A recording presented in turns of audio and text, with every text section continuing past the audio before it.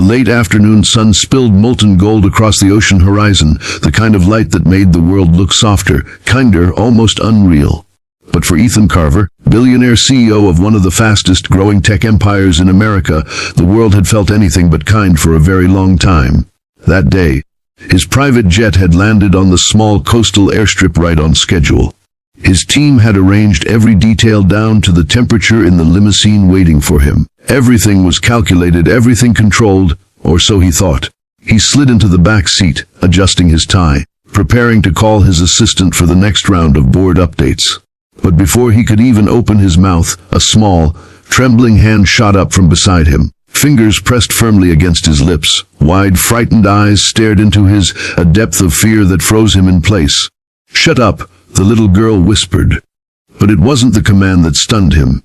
It was the sheer terror in her voice, the way her body seemed to curl in on itself, bracing for something unseen. Ethan's chest tightened.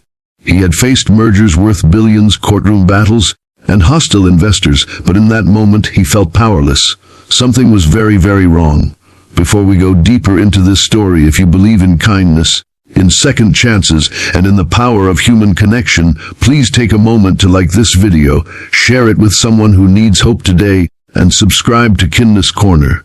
Your support helps stories like this reach the people who need them most. Ethan's first instinct was to ask her what was happening. But the urgency in her eyes told him that speaking might make things worse. She glanced toward the tinted windows, her breathing quickening.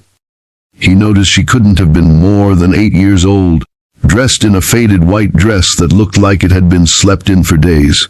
Her braids were loose, and her hands were scraped, the faint traces of dried blood telling a silent story of something she had endured. She smelled faintly of seawater and salt, like someone who had been too close to the edge of the world.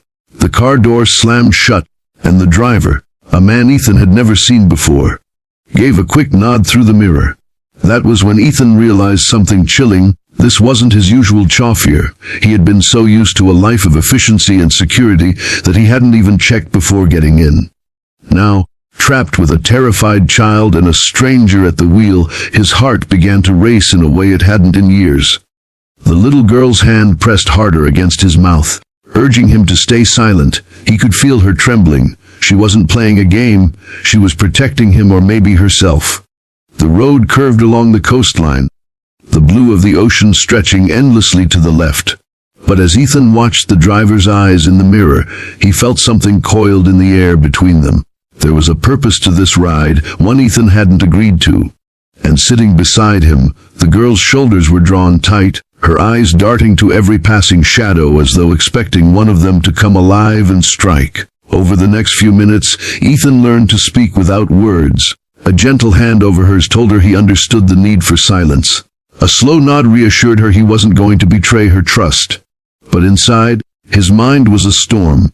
Who was this girl? How had she gotten into the car before him? And what danger was close enough that even a whisper could give them away? The tension in that car was like a wire pulled to the breaking point, and Ethan's every breath felt heavier. He had no idea yet that what was unfolding wasn't just a random moment of danger. It was the start of something that would strip away everything he thought he knew about power, wealth, and the meaning of family. In the hours to come, that little girl's story would force him to make a choice, not as a CEO, not as a man with influence, but as a human being who could. Ethan sat frozen, the warmth of her small hand against his mouth contrasting sharply with the icy dread creeping up his spine. Her touch wasn't aggressive. It was desperate, a silent plea. He could hear the faint tremor in her breathing, could feel how tightly she held herself together. Through the corner of his eye, he noticed the driver's gaze flicker in the rearview mirror again, as if checking whether they were speaking. The road wound higher along the cliffside, the ocean's roar below mingling with the soft hum of the car's engine. Ethan realized that every passing second mattered. His life had been a series of calculated moves, but this was different. This was instinct, this was human. And it wasn't about shareholders or stock prices. It was about the fragile trust of a child who had chosen him, a stranger, to protect her from something she couldn't yet explain. He gave her a slow, reassuring nod. Her hand dropped, but her eyes stayed locked on his, searching for a promise she desperately needed to see. In that unspoken exchange, Ethan understood whatever this was. They were in it together. The sedan jolted suddenly, swerving just enough to make the tires scrape against the gravel shoulder. Ethan's body tensed, his hand instinctively bracing the girl as she grabbed his arm for balance.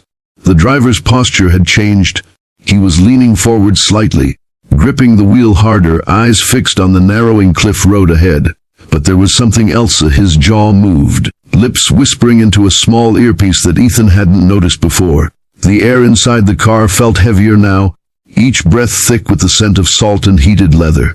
Outside, the ocean crashed violently against the rocks below, sending white spray into the air. Ethan's mind was a storm of calculations. His phone was in his jacket pocket, but one wrong move might alert the driver. The girl's fingers dug into his sleeve, her gaze flicking between him and the road like she was silently urging him to do something. Now, up ahead, Ethan saw it.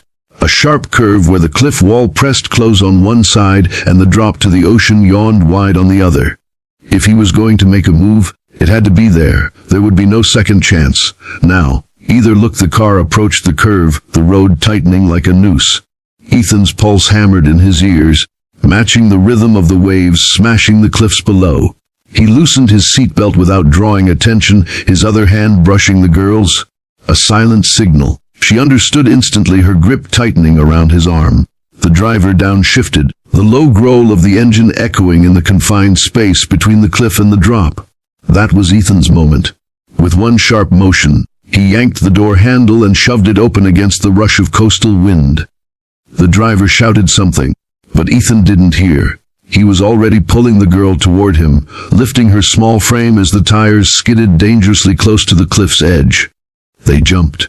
The world spun in a blur of wind, sand, and sky. They tumbled down a short embankment, landing hard on a patch of gritty grass just feet from the rocks. The girl clung to him, breathing fast but safe. Above, the car's brake lights flared, then disappeared into the distance. Ethan wrapped his jacket around her shoulders. For the first time since meeting her, she let her head rest against him. And he knew, no matter the cost, he wasn't letting her go away or step into the fire.